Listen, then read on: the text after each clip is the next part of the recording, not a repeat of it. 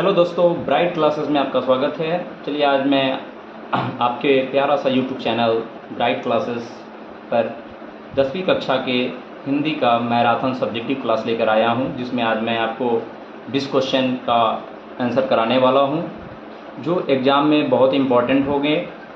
और ये guessing question है जो एग्ज़ाम में आने की संभावना है।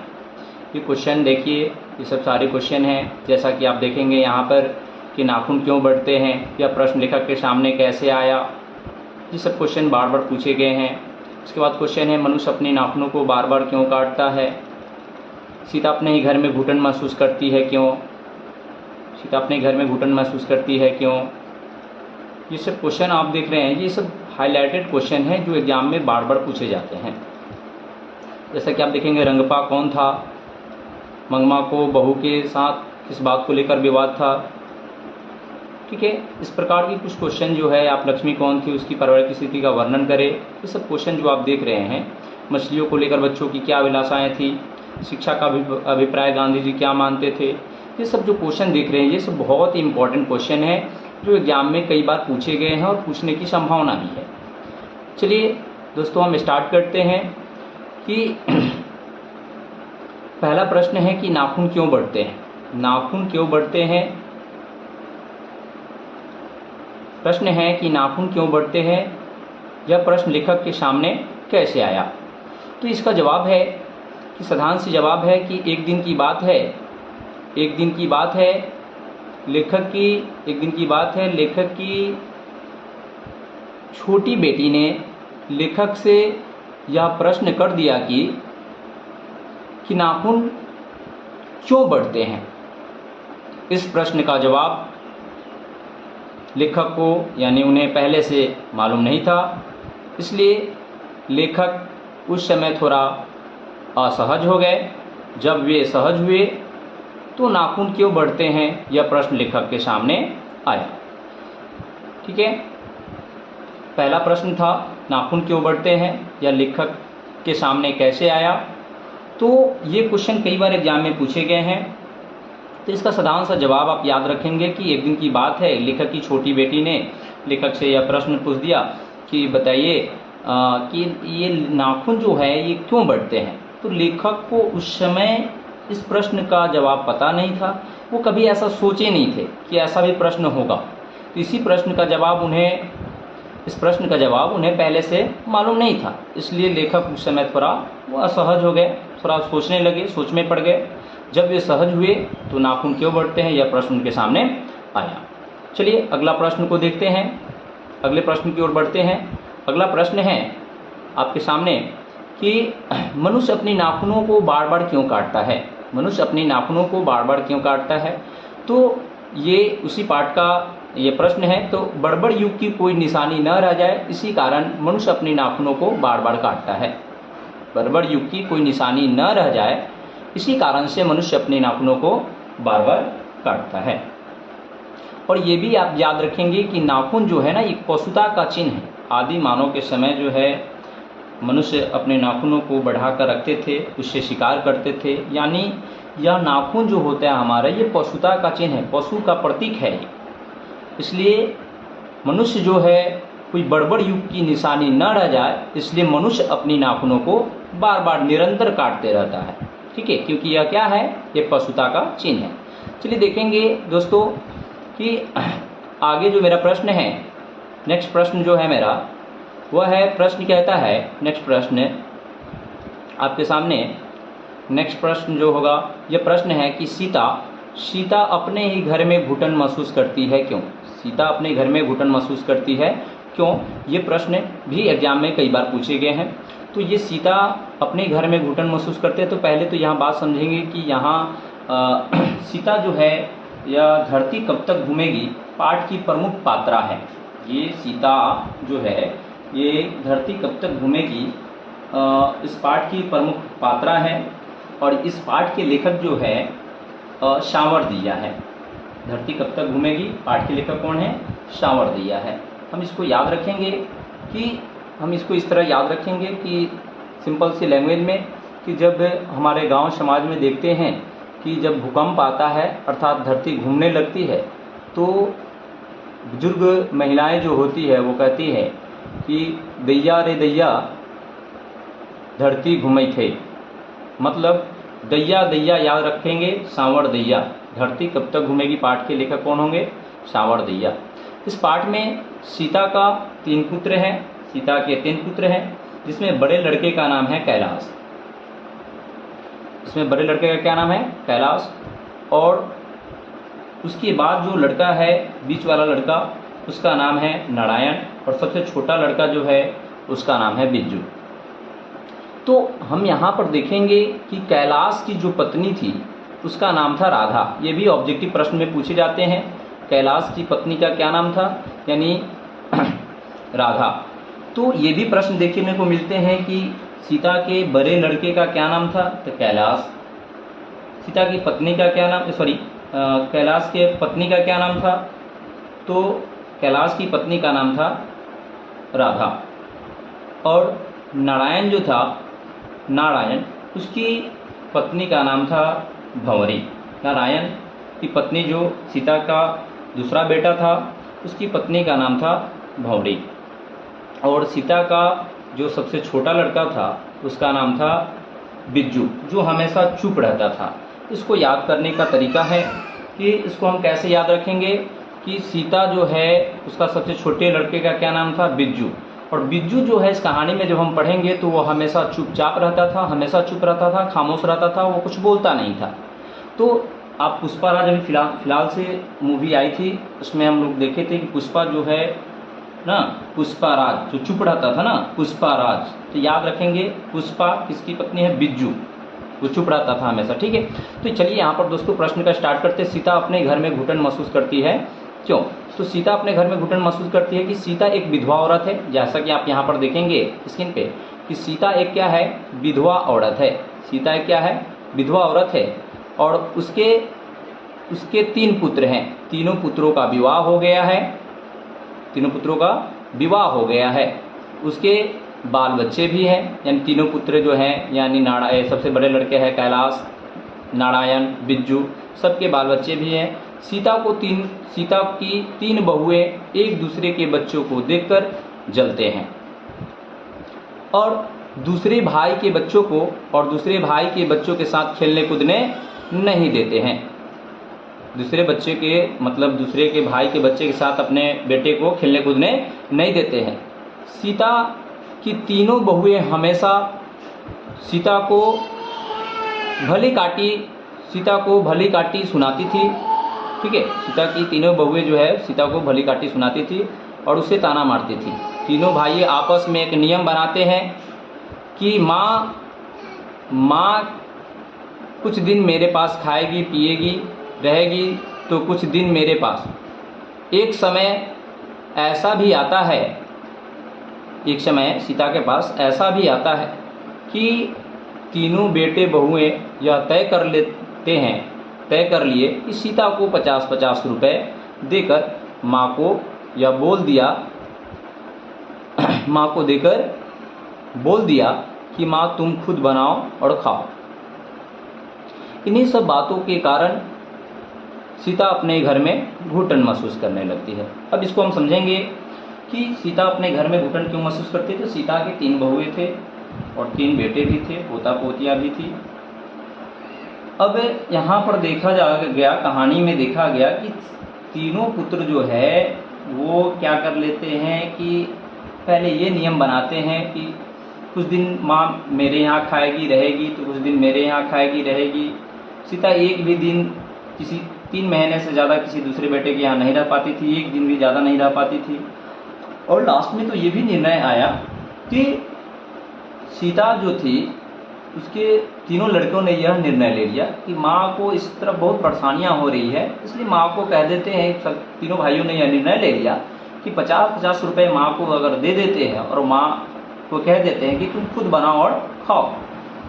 ये बात निर्णय लिया। उस समय बिज्जू जो है कि कोई भी निर्णय लेता था, बड़ा भाई जो था कैलाश, नारायण, तो बिज्जू उस समय कुछ नहीं बोलता था। लेकिन जब ये 50-50 रुपये देने की बात आई तो उस समय बिज्जू भी चुप नहीं रहा, वो अपनी बातों को सामने रखने लगा, वो भी हाँ में हाँ मिला दिया। चलिए दोस्तों, आगे देखते हैं, ये भी बहुत अच्छा क्वेश्चन है। रंगपा कौन था? देखेंगे रंगपा कौन था। ये दही वाली मंगमा पाठ के पात्र के रूप में जाना जाता है। दही वाली मंगमा पाठ की प्रमुख पात्रा जो है वह लेखक की माँ है, और दही वाली मंगमा पाठ के जो लेखक है वह है मास्ती वेंकटेश अयंगार। ठीक है, मास्ती वेंकटेश अयंगार है।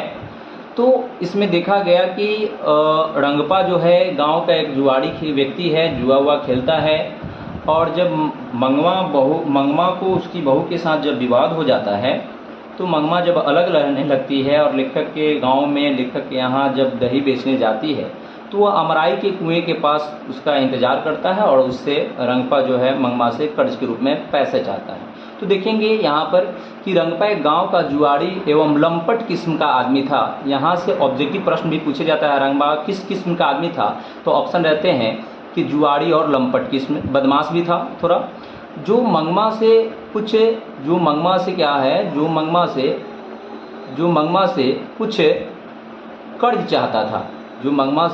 कर्ज चाहता था, साथ ही वह मंगमा का हाथ भी थामना चाहता था। ठीक है, यानी उसका एक्टिविटी से यह पता चल रहा था कि वो मंगमा से शादी भी रचाना चाहता था। ठीक है, क्योंकि उसको बहुत परेशान करता था। तो यहाँ से प्रश्न पूछे जाते हैं, रंगपा कौन था, वह मंगमा से क्या चाहता था? तो रंगपा जो है गांव का एक लंपट किस्म का जुआड़ी और बदमाश व्यक्ति था, जो अमराई के कुएं के पास, ये भी प्रश्न पूछा जाता है कि रंगपा कहाँ रहता था, तो अमराई के कुएं के पास, या ये भी प्रश्न देखने को मिलता है कि मंगमा से रंगपा कहाँ मिलता था, तो अमराई के कुएं के पास देखने को मिलता था। ठीक है, तो वहाँ पर जब भी वो मंगमा जो है दही बेचने जाती थी, वहाँ पर उससे क्या करती थी, रंगपा जो है वो क्या करता था, उससे पूछता था कि तुम मुझे कर्ज दे दो, नहीं तुम्हें बहू तो है नहीं, तुम पैसे लेकर क्या करोगी, मैं तुम्हें लौटा दूंगा। इस तरह की बातें होती रहती थी। चलिए दोस्तों, अब नेक्स्ट क्वेश्चन की ओर बढ़ते हैं। 5 नंबर प्रश्न है, मंगमा को उसकी बहू के साथ किस बात को लेकर विवाद था? ये मोस्ट वीवीआई प्रश्न है जो एग्जाम में कई बार क्वेश्चन पूछे गए हैं कि मंगमा को उसकी बहू के साथ किस बात को लेकर विवाद था। जब प्रश्न पूछे जाते हैं कि मंगमा और नंजमा, यानी मंगमा की बहू जो थी वो थी नंजमा, तो मंगमा और नंजमा के बीच किस बात को लेकर विवाद हुआ, किस बात को लेकर झगड़ा हुआ, या ऐसे भी प्रश्न पूछे जाते हैं कि सास और बहू के बीच किस बात को लेकर विवाद हुआ। तो फिर इसकी संक्षिप्त कहानी हम थोड़ा समझते हैं कि देखिए, एक दिन की बात होती है कि मंगमा की बहू जो है अपने बेटे को, मंगमा का एक पोता था, तो नंजमा जो है यानी मंगमा की पुतोहू, वह अपने बेटे को किसी कारणवश पीट रही होती है। तो इसी बात पर मंगमा बोलती है, पीटती है, तो इसी बात पर बोलती है मंगमा कि क्यों रे राक्षसी तुम इसे क्यों पीट रही हो। क्या बोलती है? क्यों रे राक्षसी तुम इसे क्यों पीट रही हो। तो इसी बात पर मंगमा की बहू जो है वह गुस्से में आ जाती है और उससे झगड़ने लगती है। विवाद का जड़ तो यह था कि मंगमा अपने बेटे को अपने तौर तरीके से इस्तेमाल करना चाहती थी और मंगमा अपने पति को अपने तौर तरीके से।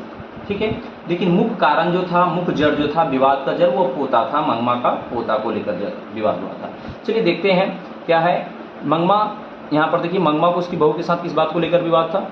इसका जवाब है कि एक दिन की बात है, मंगमा की बहू नंजमा अपने बेटे को किसी कारणवश पीट रही होती है। ठीक है, किसी कारणवश क्या करती है, पीट रही होती है, किसी कारणवश अपने बेटे को पीट रही होती है। तो मंगमा जो है इसी बात पर मंगमा बोलती है, क्यों रे राक्षसी तुम इसे क्यों पीट रही हो, क्यों रे राक्षसी तुम इसे क्यों पीट रही हो। इसी बात पर उसकी बहू जो है बोलती है, क्या बच्चे गलतियां करे तो उस पर मारने पिटने का हक मेरा नहीं बनता। मंगमा को बोलती है उसकी बहू, क्या बच्चे गलतियां करे तो बच्चों पर मारने पिटने का मेरा हक नहीं बनता, उस पर मारने पीटने का हक नहीं बनता। विवाद का जड़ कुछ ऐसा ही था। विवाद का एक दूसरा भी जड़ था, विवाद का जड़ एक और था। मंगमा की बहू अपने पति को अपने तौर तरीके से इस्तेमाल करना चाहती थी और मंगमा अपने बेटे को अपने तौर तरीके से, मंगमा जो थी वो अपने बेटे को अपने तौर तरीके से इस्तेमाल करना चाहती थी। उनका मानना था कि बेटा जो भी कमाए, नहीं जो भी कुछ अर्जित करे या जो भी कोई काम करे वो मुझसे पूछकर करे। और ये नंजमा जो थी मंगमा की बहू, वो सोचता था कि मेरे पति हमसे पूछकर कोई काम करे, कमा कर लाए तो मुझे पैसा दे। ठीक है, ऐसा बात कहानी में पढ़ने से पता चलता है। ठीक है, चलिए देखिए नेक्स्ट क्वेश्चन की ओर बढ़ते हैं।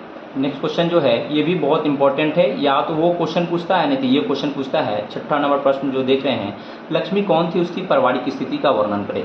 लक्ष्मी कौन थी, उसकी पारिवारिक स्थिति का वर्णन करें। तो ये ढहते विश्वास की प्रमुख पात्रा है। लक्ष्मी जो है ढहते विश्वास की प्रमुख पात्रा है। तो यहाँ प्रश्न जो देखने को मिलते हैं, जो लक्ष्मी कौन थी, उसकी पारिवारिक स्थिति का वर्णन करें। थोड़ा सा इसे आप संक्षिप्त कहानी बताते हैं। जैसा कि देखेंगे, लक्ष्मी उड़ीसा की रहने वाली एक ममतामयी औरत थी। लक्ष्मी जो है उड़ीसा की रहने वाली एक ममतामयी औरत थी, जिसे आकाश का ज्ञान प्राप्त था। जिसे आकाश का ज्ञान प्राप्त था, कहने का मतलब है वो आकाश के रूप को देखकर यह बता देती थी कि कब सुखाड़ आने वाली है और कब बाढ़ आने वाली है। ठीक है, उसका पति लक्ष्मण कोलकाता में, उसका पति लक्ष्मण जो है वो कोलकाता में, पति का नाम भी पूछा जाता है। उसका पति लक्ष्मण में कुछ छिटपुट काम किया करता था, कुछ नौकरी, प्राइवेट नौकरी किया करता था। उसकी कमाई से उसके परिवार का भरण पोषण नहीं होता था। उसकी कमाई से उसके परिवार का भरण पोषण नहीं हो पाता था। इसलिए लक्ष्मी गांव के एक जमींदार व्यक्ति जो थे, तहसीलदार साहब, ठीक है, गांव के जब बहुत ही जमींदार व्यक्ति थे, धन दौलत उनके पास ज़्यादा था। तो गांव के एक तहसीलदार साहब नाम का एक व्यक्ति थे। गांव के एक तहसीलदार साहब, यहाँ पर आप देख रहे हैं, गांव के एक तहसीलदार साहब के यहाँ कुछ छिटपुट काम किया करती थी, यानी चौके बर्तन के काम किया कर लेते थे, झाड़ू पोछा का, जिसके बदले में उसे जो कुछ भी मिलता था उससे अपने परिवार का भरण पोषण करती थी। यहाँ प्रश्न जो है पूछा गया कि लक्ष्मी कौन थी, उसके पारिवारिक स्थिति का वर्णन करें। ये भी प्रश्न कई बार एग्जाम में पूछे गए हैं। लक्ष्मी कौन थी, उसके पारिवारिक स्थिति का वर्णन करें। तो लक्ष्मी जो थी वह उड़ीसा की रहने वाली एक ममतामयी औरत थी, जिसे आकाश का ज्ञान प्राप्त था। वो आकाश के रूप को देखकर बता देती थी कि सब सुखाड़ आने वाली है या बाढ़ आने वाली है। ठीक है, उसका पति का नाम जो था लक्ष्मण था। ये भी प्रश्न कई बार एग्जाम में पूछे गए हैं, लक्ष्मी के पति का क्या नाम था। तो लक्ष्मी के पति का नाम है लक्ष्मण। तो लक्ष्मण कौन था, तो लक्ष्मी का पति था। ठीक है, और लक्ष्मी का एक बड़े लड़का जो था, जिसका नाम अच्युत था। ये भी पूछा जाता है कि लक्ष्मी के बड़े लड़के का नाम क्या नाम था, अच्युत था। और इस कहानी में ये देखा जाएगा कि एक पढ़ाकू लड़का है जो कटक से पढ़ कर आया है ना, जिसका नाम था गुणनिधि। ये भी प्रश्न पूछा जाता है, कटक से पढ़कर कौन आया, तो गुणनिधि कौन था, गांव का एक पढ़ाकू लड़का, या गांव का पढ़ाकू लड़का कौन था, गुणनिधि था। बहुत पढ़ा लिखा था, उसके पास नॉलेज था। तो लक्ष्मी जो थी वह उड़ीसा की रहने वाली एक ममतामयी औरत है, जिसे आकाश का ज्ञान प्राप्त था। वो आकाश के रूप को देख कर बता देती थी कि वो मतलब बरसात होने वाली है या सुखाड़ पड़ने वाली है। ठीक है, उसका पति जो है लक्ष्मण कोलकाता में कुछ छिटपुट काम किया करता था, थोड़ा मोड़ा काम करता था, जिसकी कमाई से उनके परिवार, जो लक्ष्मण जो भेजता था पैसे, उसकी कमाई से उसके परिवार का, बाल बच्चे का अच्छी तरह भरण पोषण नहीं हो पाता था। इसलिए लक्ष्मी जो है गांव के जमींदार व्यक्ति होते हैं, तहसीलदार साहब। ये भी प्रश्न यहाँ से पूछे जाते हैं कि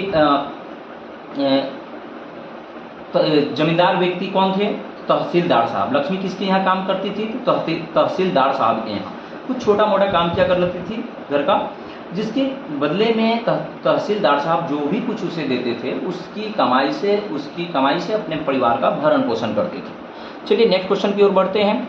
नेक्स्ट क्वेश्चन की ओर यहाँ से भी एक प्रश्न पूछा जाता है कि ढहते विश्वास कहानी के प्रमुख पात्र कौन है। तो पात्र नहीं बल्कि इस कहानी में पात्रा है, वो कौन है, लक्ष्मी है।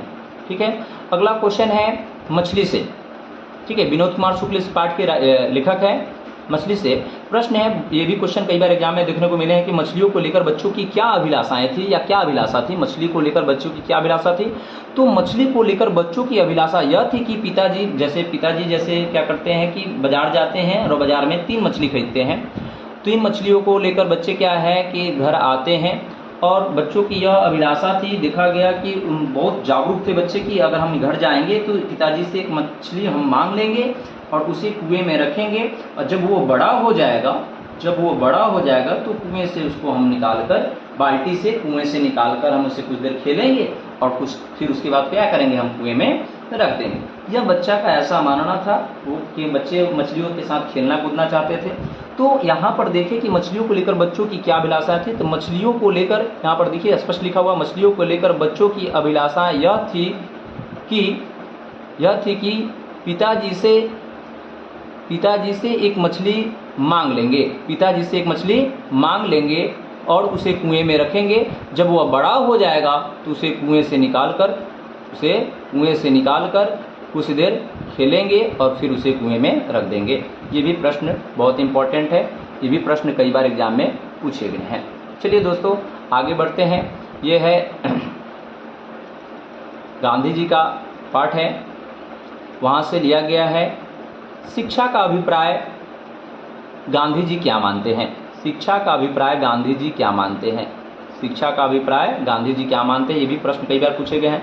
तो गांधी जी की दृष्टि में शिक्षा का अभिप्राय यह है कि गांधी जी की दृष्टि में शिक्षा का अभिप्राय यह है कि बच्चे और मनुष्य का शरीर, बुद्धि और आत्मा, बच्चे का शरीर और मनुष्य का शरीर, बुद्धि और आत्मा के सभी गुणों का पूर्ण रूप से विकास हो सके। गांधी जी इसी को शिक्षा का अभिप्राय मानते थे। चलिए आगे प्रश्न देखेंगे। प्रेम यानी श्री राधिका से लिया गया है। प्रेम यानी श्री राधिका पाठ से यह प्रश्न है, कृष्ण को चित्तचोर क्यों कहा गया है? इस पाठ के जो लेखक हैं वो रसखान हैं। ठीक है, यहाँ पर देखेंगे कृष्ण को चित्तचोर क्यों कहा गया। तो पहले इसके बारे में आप समझेंगे कि कृष्ण को चित्तचोर हम क्यों कहते हैं, क्यों कहा गया, रसखान ने कृष्ण को चित्तचोर क्यों कहा है। तो चित्त का मतलब होता है मन और चोर का अर्थ हो गया, चोर तो समझते हैं, मन को चुराने वाला को चित्तचोर कहा गया। यानी कहने का मतलब है श्री कृष्ण जो थे, श्री कृष्ण को जो भी गोपियाँ उनको देखती थी, कृष्ण उसके मन को भा जाते थे, अर्थात उनके मन को अपने बस में कर लेते थे, मन को चुरा लेते थे। इसलिए रसखान ने इस पाठ में, प्रेम यानी श्री राधिका पाठ में कृष्ण को चित्तचोर कहा है। चलिए देखते हैं यहाँ पर क्या कहा कि कवि रसखान ने कृष्ण को चित्तचोर के रूप में प्रस्तुत किया है, जिसका शाब्दिक अर्थ होता है मन को चुराने वाला। जिसका शाब्दिक अर्थ क्या होता है? मन को चुराने वाला। चित्त मतलब हो गया मन, चोर यानी चुराने वाला। ठीक है, चोरी करता है उसको चोर कहते हैं। क्योंकि श्री कृष्ण को जो भी गोपियाँ देखती थी वह उनकी तरफ आकर्षित हो जाती थी, अर्थात उनके मन को चुरा लेते थे। श्री कृष्ण अलौकिक संदर्भ से ही सभी गोपियों को मन को अपने बस में कर लेते थे। चलिए दोस्तों आगे बढ़ते हैं। क्वेश्चन है 10 नंबर क्वेश्चन है, देखेंगे। प्रश्न है कवि ने मालिन किसे कहा है और क्यों? कवि ने मालिन किसे कहा है और क्यों? ये भी प्रश्न बहुत इंपॉर्टेंट है। देखेंगे कवि ने मालिन किसे कहा है और क्यों। तो यहाँ पर देखिए ये एक प्रश्न जो है ये भी इम्पोर्टेंट है। या तो इस चैप्टर से अगर एग्जाम में क्वेश्चन पूछे जाते हैं तो प्रश्न पूछे जाते हैं प्रेम यानी श्री राधिका पाठ से, अगर क्वेश्चन एग्जाम में सब्जेक्टिव में क्वेश्चन देखने को मिलता है तो वो क्वेश्चन मिलता है कि कृष्ण को चित्तचोर क्यों कहा जाता है। नहीं तो अगर वो प्रश्न नहीं होते हैं तो ये प्रश्न देखने को मिलता है कि कवि ने मालिन किसे कहा और क्यों कहा। ठीक है, ये प्रश्न देखने को मिलता है। तो ये भी बहुत इंपॉर्टेंट क्वेश्चन है, ये भी एग्जाम में कई बार क्वेश्चन पूछे गए हैं। तो यहाँ पर देखेंगे इसका जवाब है मालिन किसे कहते हैं। कवि ने मालिन किसे कहे हैं? कवि रसखान ने मालिन श्री कृष्ण और राधा को कहा है। जिस प्रकार मालिन बगीचे को देखभाल कर उसकी शोभा को क्या करते हैं? बगीचे को देखभाल करते हैं, उसकी शोभा को बढ़ाते हैं। ठीक उसी प्रकार श्री कृष्ण जो है, श्री कृष्ण और राधा का प्रेम है। जिस तरह बगीचे की शोभा मालिन के बिना अधूरा है, ठीक उसी प्रकार ये जो है कृष्ण जो है, श्री कृष्ण जो है राधा के बिना अधूरे हैं और राधा श्री कृष्ण के प्रेम के बिना अधूरे हैं। तो आप यहाँ पर ठीक उसी प्रकार श्री कृष्ण राधा के प्रेम के बिना अधूरे हैं। ठीक है, चलिए दोस्तों आज की क्लास इतना ही। नेक्स्ट क्लास में हम आगे क्वेश्चन फिर 10 क्वेश्चन लेकर आएंगे जो आपके एग्जाम में बहुत ही इंपॉर्टेंट होंगे। इसको क्वेश्चन को अगर आप क्लियर कर लेते हैं, याद कर लेते हैं, अच्छी तरह नोट्स बना लेते हैं तो ये आपके एग्जाम में, आने वाले एग्जाम में ये बहुत फ़ायदेमंद है। ठीक है, यह आपको बहुत फ़ायदा करेगा। एग्जाम में यह बहुत बार क्वेश्चन पूछे गए हैं। आप प्रीवियस ईयर को उठाकर देखेंगे तो आज अभी जितने भी क्वेश्चन जो हम लोग ने देखा यहाँ पर, ठीक है, 10 क्वेश्चन जो देखे अभी तक, ये भी क्वेश्चन सब जो एग्जाम में कई बार पूछे गए हैं और बहुत अच्छा प्रश्न है। आप इसको वीडियो को अगर लिखना चाहते हैं तो वीडियो को पॉज करके आप इसको लिख सकते हैं, ठीक है, आप इसको अच्छी तरह से नोट कर सकते हैं, ठीक है।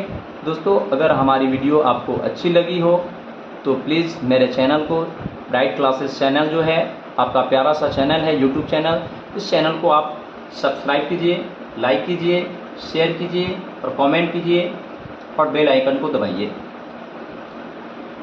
अगली बार मैं 11 से 20 क्वेश्चन लेकर आने वाला हूँ।